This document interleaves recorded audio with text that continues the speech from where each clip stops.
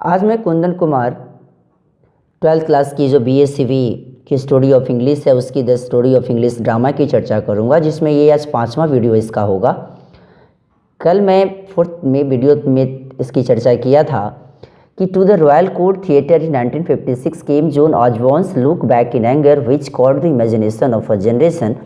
जो 1956 ईस्वी में कोर्ट थिएटर में जॉन ऑसबॉर्न का प्रादुर्भाव हुआ, जिसने उस पीढ़ी की कल्पना को साकार कर दिया था। यहाँ तक कल मैंने बता दिया था।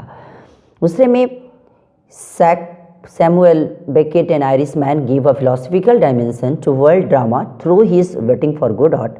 ये सैमुअल बेकेट जो कि एक आयरिश मैन थे, जिन्होंने विश्व नाटक को एक दार्शनिक दिशा भी प्रदान किया, जो किसके माध्यम से, जो कि उनकी रचना थी वेटिंग फॉर गोडॉट।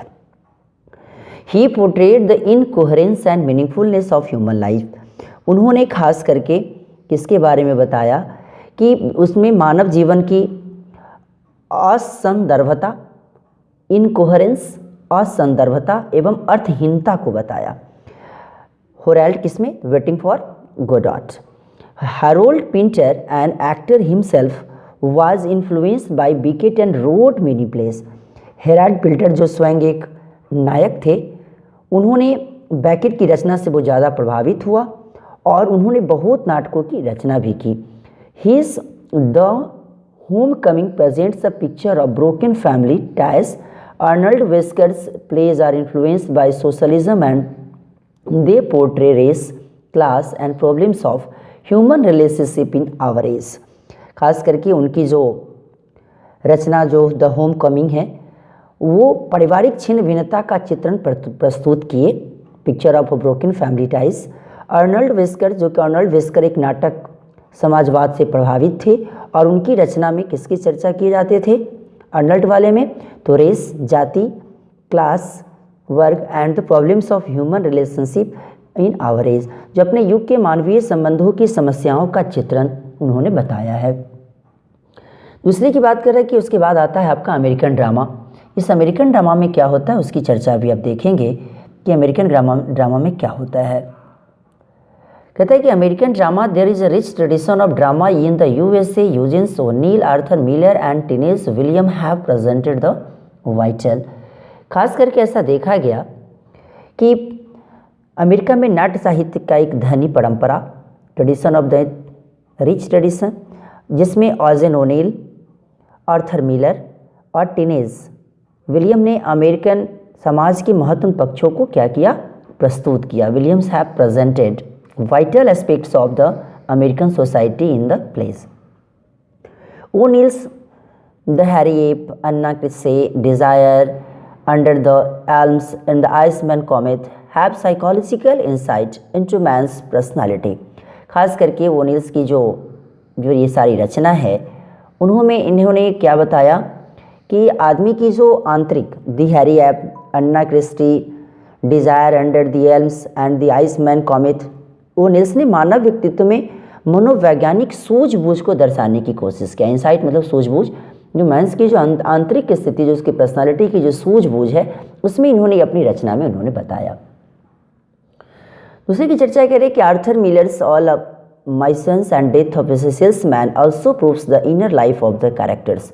खास करके आर्थर मिलर भी की जो रचना है all my sons and death of salesman, उन्होंने भी ये बताया कि कैरेक्टर्स की इनर लाइफ की जो पात्रों के आंतरिक जीवन पर भी इन्होंने प्रकाश डाला है। Tennessee Williams plays evaluate the impact of the American dream on the identity of his characters. खास करके मैं चर्चा करूं टेनेस विलियम की नाटक अपने पात्रों की पहचान पर अमेरिकी स्वप्न के प्रभाव को, अमेरिकन ड्रीम, अमेरिकन स्वप्न के प्रभाव की जांच करता हुआ उन्होंने अपने रचना में लिखे। उसके बाद चर्चा आती है कि अफ्रीकन ड्रामा। अफ्रीकन ड्रामा में क्या क्या होता है उसकी बातें आप देखेंगे कि many dramatist from Nigeria, Kenya, Ghana and South Africa have written plays in English. बहुत सारे ड्रामेटिस्ट भी जो कहाँ से, तो Nigeria, Kenya, Ghana and South, इस सब जगह से आए, जो कि अंग्रेजी में अनेक नाटकों की रचना करी। वोल Soyinka, who belongs to the Europe tribe, has experimented with the English language and dramatic techniques in his plays।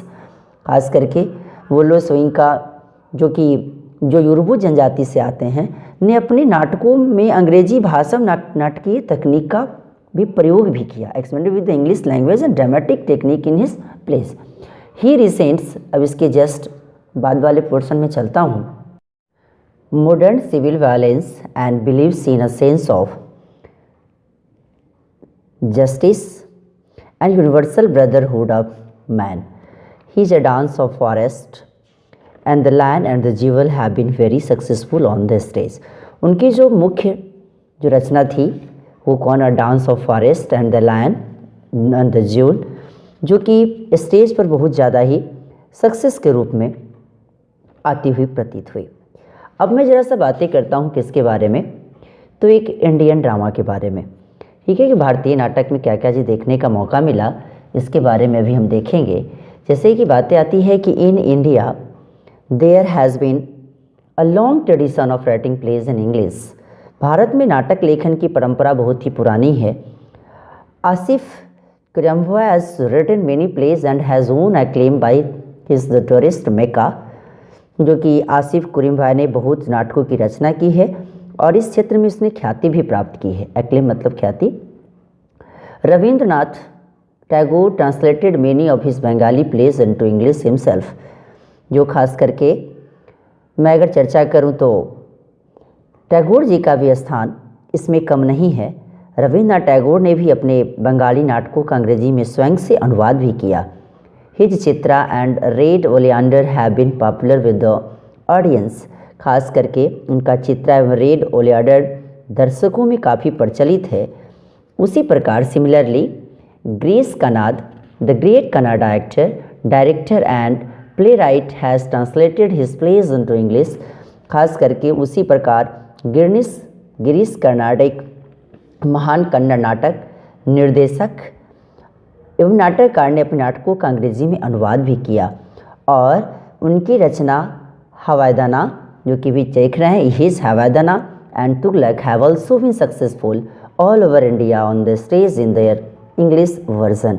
खास करके उनकी रचना हवादाना एवं तुगलक अंग्रेजी भाषा में संपूर्ण भारत में सफल हुई दिखती प्रतीत हुई।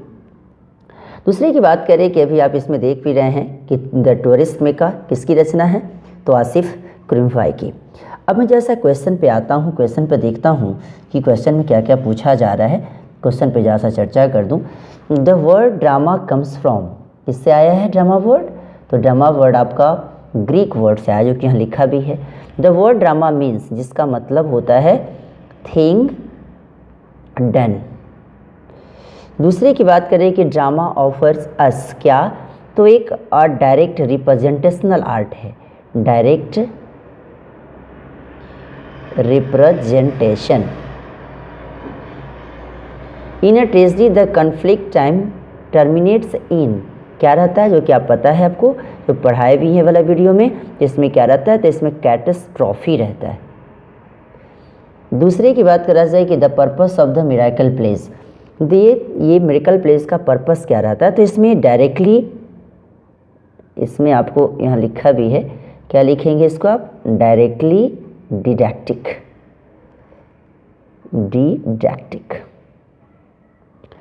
दूसरे की चर्चा आती है कि the purpose in morality place the characters were, जो कि कैसे होते थे उसमें, तो वर्च्यूज, सद्गुणों से भरा हुआ, virtues TUES, VIRTUES, virtues personified. Roister Doister is the first real comedy, क्योंकि आप पढ़े भी होंगे तो इसमें आपको पता भी होगा, real comedy.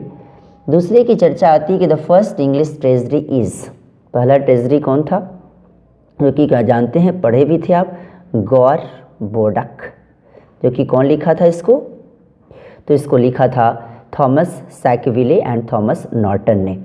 In the plays of Shakespeare man occupied, को इसमें किस में रखते थे वो, खास करके देखा जाए तो ये द सेंटर ऑफ क्रिएशन में रखते थे, the centre of creation. Shakespeare का प्लेस किस में रहता था, सेंटर ऑफ क्रिएशन। दूसरे में T.S. एलियट, शेक्सपियर मैन कहाँ रहा करते थे, द क्रिएशन के सेंटर में। T.S. एलियट रिवाइव्ड कब, तो द वर्ड्स ड्रामा, क्योंकि जानते हैं कि इनकी लिखी गई जो फॉर्म में जनरली किस में लिखते थे वो, drama in the 20th century. दूसरे की बात करा जाए कि तुगलक इज़ रिटन बाय, जो कि यहाँ भी अभी आप देख भी रहे हैं कि तुगलक किसके द्वारा लिखी गई रचना है, तो अभी आपको इसमें पता चल भी जाएगा कि तुगलक को किसने लिखा था, जो कि अभी आप यहाँ देख भी रहे हैं कि ग्रीस कानाद एक ड्रामेटिस्ट थे, उन्होंने लिखने की कोशिश किया था। इसलिए इसका सही आंसर क्या हो जाएगा, गिरीश कार्नाद। ठीक है, गिरीश कार्नाद। नहीं, और वीडियो आपको कैसा लगा इसके बारे में लाइक, सब्सक्राइब एंड कमेंट करना ना भूलें। Thanks a lot.